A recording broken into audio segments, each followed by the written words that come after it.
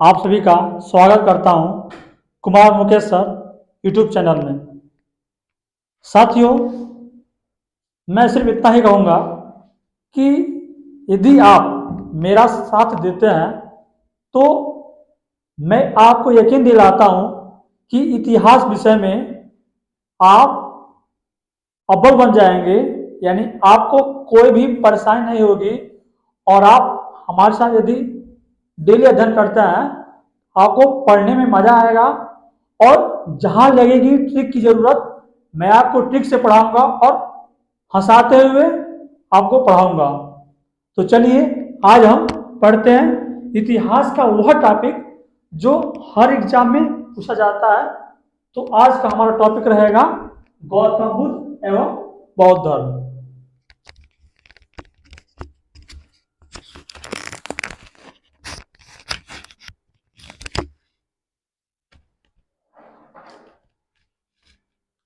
तो साथियों, आज हम पढ़ेंगे बौद्ध धर्म एवं गौतम बुद्ध के बारे में।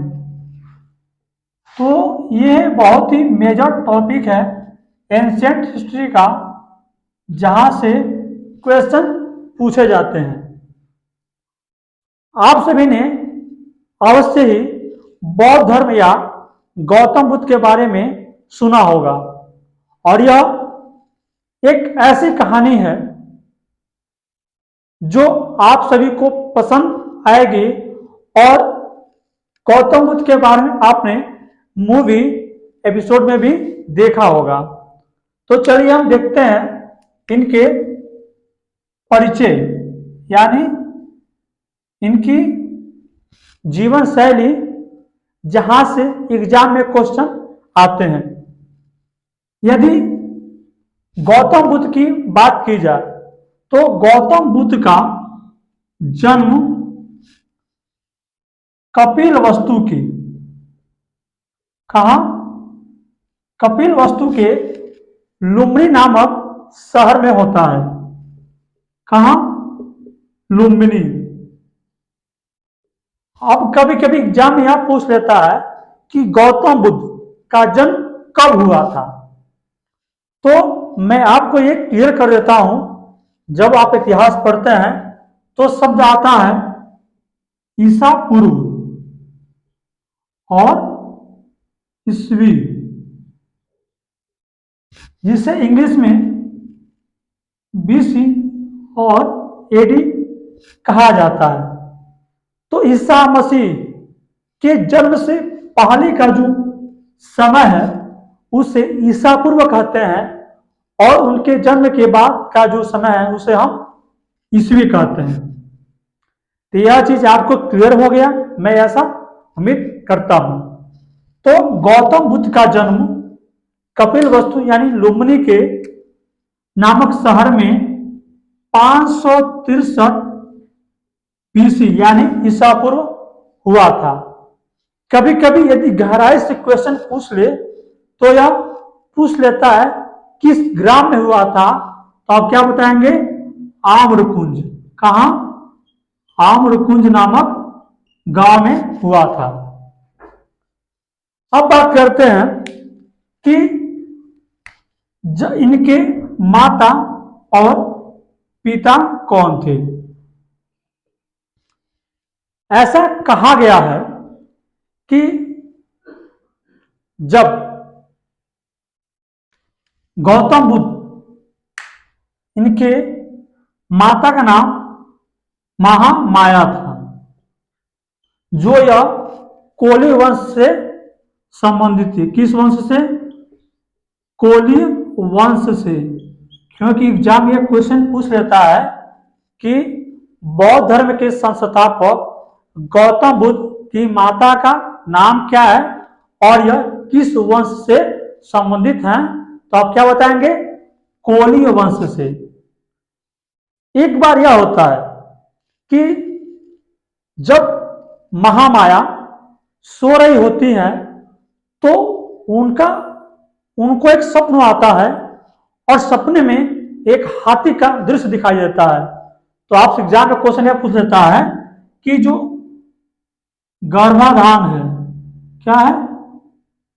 गर्भाधान। उसका प्रतीक क्या है? तो हाथी है। क्या है? हाथी।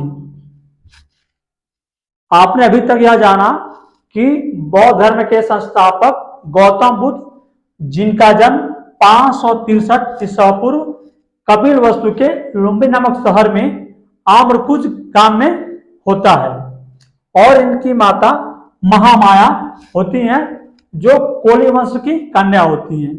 उन्हें एक स्वप्न आता है जिसमें हाथी को दर्शाया जाता है, यानी हाथी क्या है? गर्भाधान का प्रतीक है। ऐसा कहा जाता है कि गौतम बुद्ध के जन्म के 7वें दिन ही इनकी माता यानी महामाया का क्या हो जाता है? देहांत हो जाता है। तो बच्चों, अभी तक आप ये जान गए होंगे कि इनके पिता कौन थे। इनके पिता कौन थे? शुद्धोधन। कौन? शुद्धोधन। जो शुद्धोधन थे वह क्या थे? शाक्य कुल से संबंध थे। शाक्य कुल के क्या थे? प्रधान थे, यानी वह कपिलवस्तु के राजा थे। अब शुद्धोधन क्या हुए? बहुत ही परेशान हुए, क्योंकि गौतम बुद्ध, जिनका बचपन का नाम क्या है? सिद्धार्थ। क्या है? सिद्धार्थ। तो आपसे एग्जाम में एक क्वेश्चन पूछ लेता है कि गौतम बुद्ध का बचपन का नाम क्या था, तो क्या होगा? सिद्धार्थ। तो जैसे ही इनकी माता महामाया का देहांत होता है, तो इनका लालन पालन करने के उद्देश्य से शुद्धोधन महा प्रजापति गौतमी से क्या करते हैं? शादी करते हैं। अतः इनकी जो मौसी होती हैं, सिद्धार्थ की मौसी यानी गौतम बुद्ध की मौसी, या बोले तो सौतेली मां, कौन हो जाती हैं? प्रजापति गौतमी। और ये आपसे एग्जाम में क्वेश्चन पूछेगा कि गौतम बुद्ध की सौतेली मां का नाम क्या था, तो क्या था? प्रजापति गौतमी। और यही आगे चलकर क्या बनती हैं? बौद्ध धर्म की प्रथम भिक्षुणी। अब हम देखते हैं इसके आगे। तो हमें आशा करते हैं कि जो मैं ये आपको समझा रहा हूं, ये आपको अच्छे से समझ आ रहा होगा और साथ साथ याद भी हो रहा होगा। अब हम बात करते हैं इनकी विवाह को लेकर। जब राजकुमार सिद्धार्थ का जन्म होता है, तो कालदेव और कौंडिन्य नामक ऋषि यह भविष्यवाणी करते हैं कि जो सिद्धार्थ हैं यानी गौतम बुद्ध, वह या तो क्या बनेंगे? या तो राजा बनेंगे, या क्या बनेंगे? सन्यासी। जिसमें सबसे चांस क्या बनने का है? तो सन्यासी। अब जैसे यह बात राजा शुद्धोधन को समझ आती है, तो वह काफी परेशान हो जाते हैं, और इस परेशानी से छुटकारा पाने के लिए वह राजकुमार सिद्धार्थ का 16 वर्ष की आयु में ही, कब? 16 वर्ष की आयु में ही क्या करा देते हैं? विवाह करा देते हैं। तो विवाह किससे होता है? यशोधरा नामक राजकुमारी से। किससे होता है? यशोधरा नामक राजकुमारी से। तो मैं आपको बता दूं कि जब आप CUET PG का एंट्रेंस एग्जाम देंगे, तो अन्य एग्जामों में यह क्वेश्चन पूछा गया है कि यशोधरा यानी गौतम बुद्ध की पत्नी को अन्य किस किस नामों से जाना जाता है? तो इन्हें क्या कहा जाता है? बिंबा, गोपा और भद्दकचना। क्या कहते हैं? भद्दकचना। यह बौद्ध ग्रंथों में यह मेंशन है। तो आपने क्या जाना? यशोधरा का अन्य नाम भी बौद्ध ग्रंथों में देखने को मिलता है। अब 16 वर्ष की आयु में जब शादी हो जाती है, फिर भी राजकुमार सिद्धार्थ उन्हें चार दीवारी यानी जो राजमहल की खुशियां हैं उनमें उनका जी नहीं लगता है और वह हमेशा कुछ न कुछ सोचते रहते हैं। फिर कुछ समय अंतराल में 28वें वर्ष यशोधरा और राजकुमार सिद्धार्थ के द्वारा राहुल नामक पुत्र होता है। यानी सिद्धार्थ की शादी के बाद उनका एक पुत्र होता है जिसे क्या कहते हैं? राहुल कहा गया है।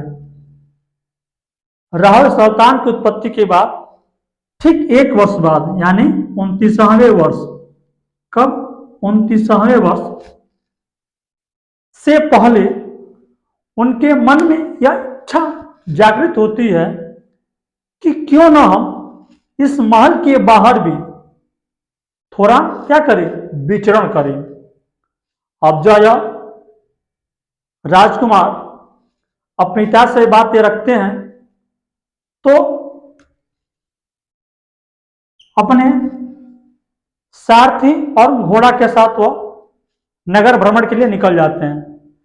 जैसे ही वह राजमहल से बाहर निकलते हैं तो उन्हें चार दृश्य दिखाई देते हैं जो उन्हें द्रवित करते हैं। यानी वो जो सांसारिक लोभ है, मोह माया है, उससे वैराग्य उत्पन्न हो जाता है और वह सन्यासी की वेश धारण कर बौद्ध की स्थापना कर प्रचार प्रसार में लग जाते हैं।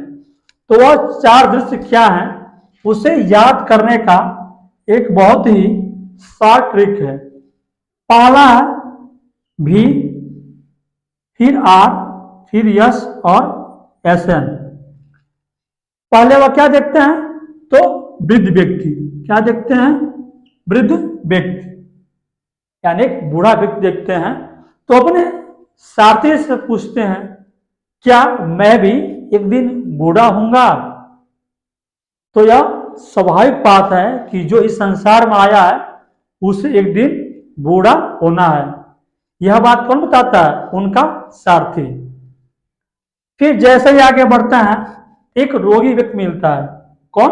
रोगी व्यक्ति। फिर इसके आगे बढ़ने पर वह क्या देखते हैं कि चार लोग अपने कंधे पर एक मृत व्यक्ति का शव लेकर जा रहे होते हैं। यह दृश्य जब देखते हैं तो फिर वह सारथी से क्वेश्चन करते हैं। फिर वह जवाब देता है, हे राजकुमार, इस संसार में जो कोई भी आया है उसे एक दिन मृत्यु को क्या करना है? प्राप्त होना ही होना है। अतः वह दुखी होते हैं तो थर्ड पे क्या देखते हैं? वह शव देखते हैं। इसके बाद जैसे ही वह महल से घूमकर वापस क्या होते हैं? लौट रहे होते हैं। तो लौटते हुए देखते हैं कि एक वृक्ष के नीचे एक आदमी ध्यान मुद्रा में बैठा हुआ है। वह क्या है? प्रश्नचित्त है।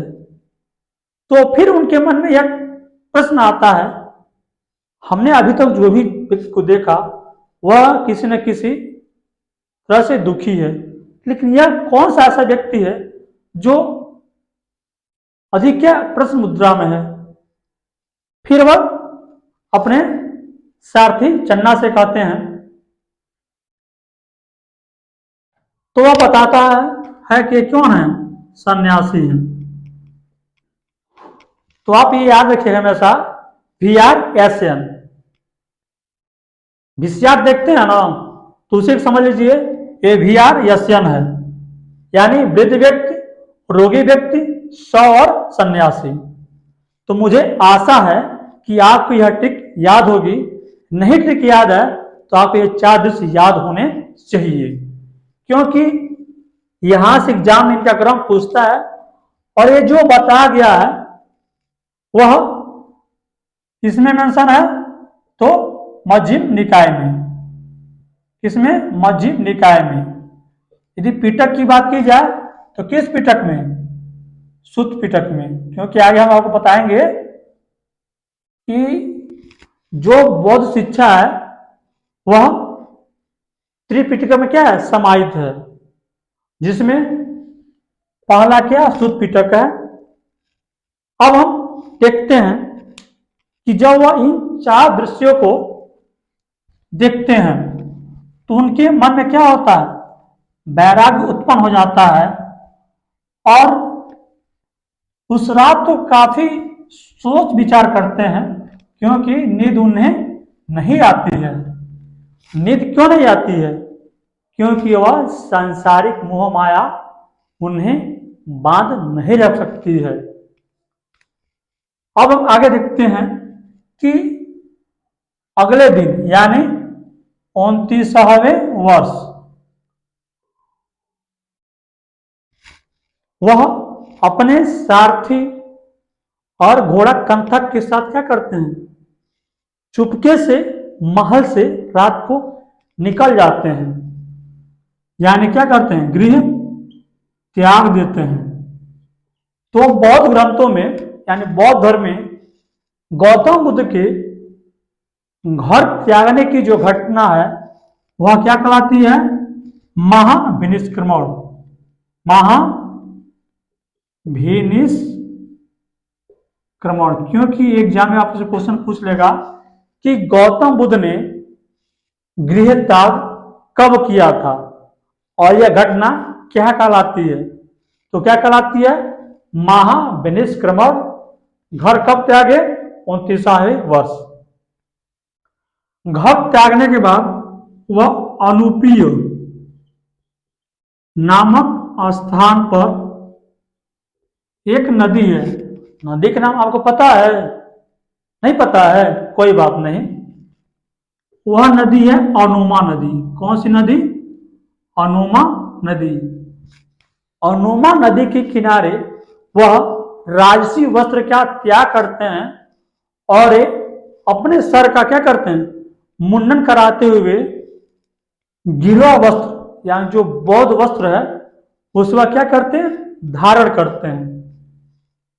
इसके बाद कहानी क्या आगे की तरफ बढ़ जाती है। वह ज्ञान की खोज में भटकने लगते हैं। तो वह धीरे धीरे क्या 6 वर्ष तक, कितने वर्ष तक?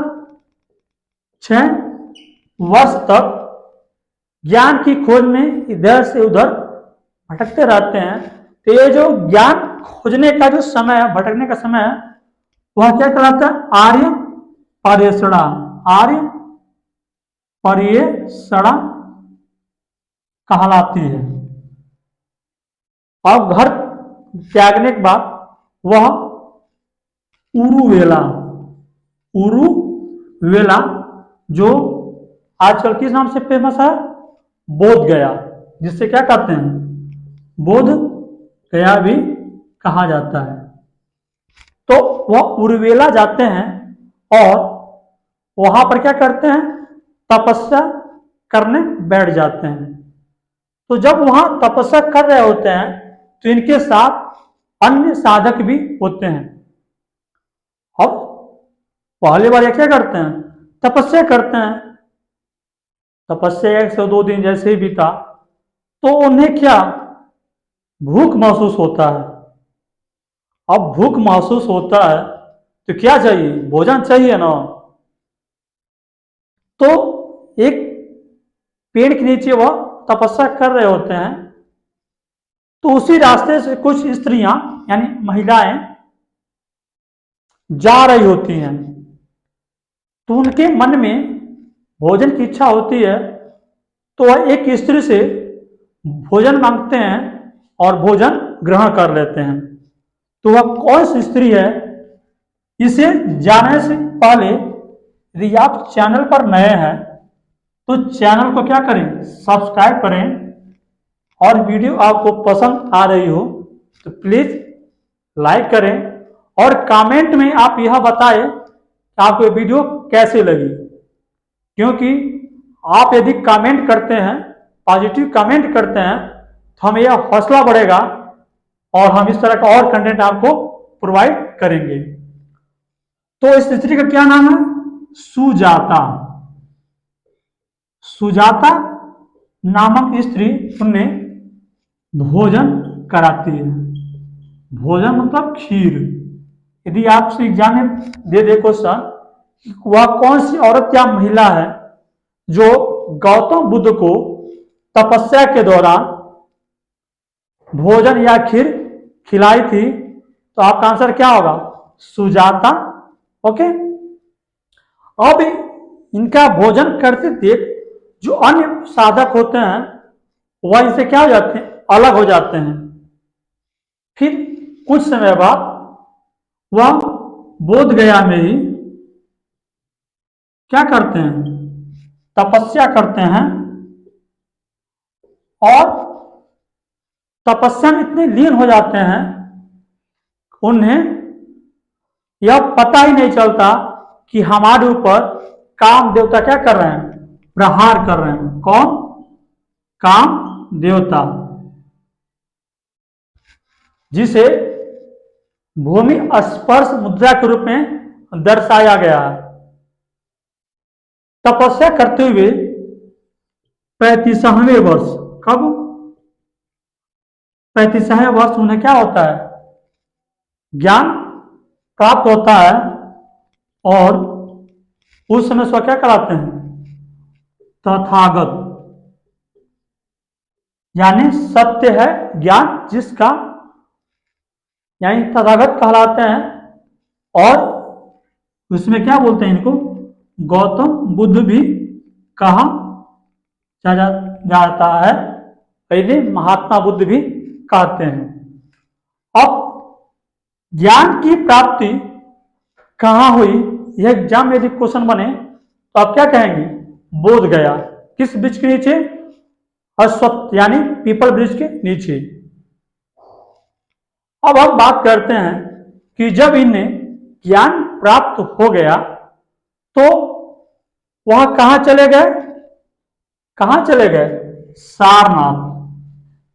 कहां चले गए, सारनाथ। तो कमेंट में आप बताएं कि कितने लोग सारनाथ से या वाराणसी से बिलोंग करते हैं। क्योंकि आपको मैं बता दूं कि मैं भी BHU यानी बनारस हिंदू यूनिवर्सिटी से पढ़ा हूं, तो आप इसके लिए लाइक तो कर सकते हैं। अब देखते हैं प्रथम ज्ञान कहां दिया। गौतम बुद्ध ने अपना पहला उपदेश, क्या, पहला उपदेश सारनाथ में एक जगह है ऋषि पत्नम,